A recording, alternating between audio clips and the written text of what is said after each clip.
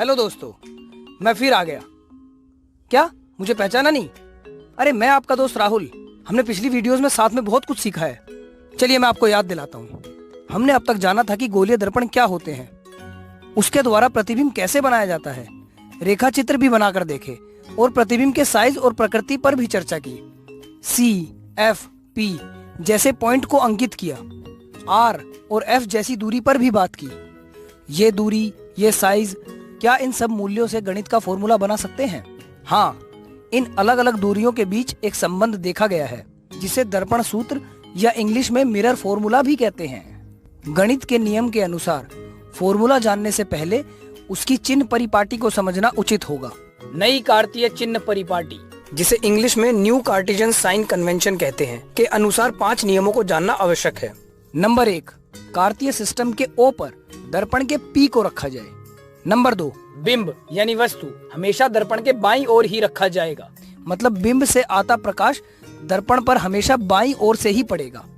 Number 3, मुख्य अक्ष के समानांतर सभी दूरियां ध्रुव यानी पोल से नापी जाएंगी। नंबर 4, मूल बिंदु की दाईं ओर की सभी दूरियां पॉजिटिव मानी जाएंगी और बाईं ओर की सभी दूरियां नेगेटिव मानी जाएंगी। नंबर 5, मुख्य अक्ष के लंबवत एवं ऊपर की दूरियां पॉजिटिव और नीचे की दूरियां नेगेटिव मानी जाएंगी। पोल से बिंब की दूरी को बिंब दूरी और प्रतिबिंब की दूरी को प्रतिबिंब दूरी कहते हैं, जिन्हें U और V से दर्शाया जाता है। यदि फोकल दूरी को F से दर्शाया जाए तो इन तीनों मूल्यों के संबंध को दर्पण सूत्र के नाम से जाना जाता है। ये सूत्र हर तरह के गोलीय दर्पण के लिए मान्य है। सिर्फ नए कार्तीय परिपाटी को ध्यान रखने की जरूरत है। बिंब दूरी हमेशा नेगेटिव रहेगी क्योंकि बिंब दर्पण के हमेशा बाईं ओर रखा जाता है। उल्टे बन रहे प्रतिबिंब की दूरी को नेगेटिव लिया जाएगा क्योंकि वे हमेशा दर्पण के बाईं ओर ही बनेगी। इसी के विपरीत सीधे बन रहे प्रतिबिंब की दूरी को पॉजिटिव लिया जाएगा क्योंकि वे दर्पण के दाईं ओर बनेगी। हम देखते हैं कि कभी प्रतिबिंब वस्तु से बड़ा बनता है तो कभी छोटा। वह कितना बड़ा या छोटा होता है यह मालूम नहीं होता। तब दर्पण सूत्र के साथ साथ एक संबंध और बहुत महत्वपूर्ण है जिसे आवर्धन या इंग्लिश में मैग्निफिकेशन कहते हैं।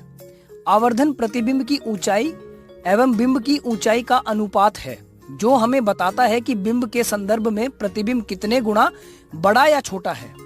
आवर्धन को m से दर्शाया जाता है। साथ ही हम बिंब एवं प्रतिबिंब दूरी के संदर्भ में भी इसे दर्शा सकते हैं। आपने किताबों में पढ़ा होगा कि वास्तविक प्रतिबिंब के लिए आवर्धन नेगेटिव माना जाएगा और आभासी प्रतिबिंब के लिए पॉजिटिव। क्यों? कभी सोचा है? यदि हम ध्यान दें तो जानेंगे कि वास्तविक प्रतिबिंब हमेशा उल्टे होते हैं और आभासी सीधे। और हम पहले ही जान चुके हैं कि उल्टे और सीधे प्रतिबिंब का चिन्ह कैसा होता है। वास्तविक और आभासी प्रतिबिंब के आवर्धन के चिन्ह का कारण भी यही है। हाँ तो दोस्तों, यहाँ हमारा ये वाला टॉपिक फिनिश होता है। कैसा लगा ये वाला टॉपिक? नई चीजें सीखने को मिली होंगी। चलिए अब मैं चलता हूँ, मुझे अपनी दोस्त आयशा से मिलने जाना है। आपके लिए अगली वीडियो का टॉपिक भी तो डिस्कस करना है। तो मिलते हैं अगली वीडियो में। Bye, take care.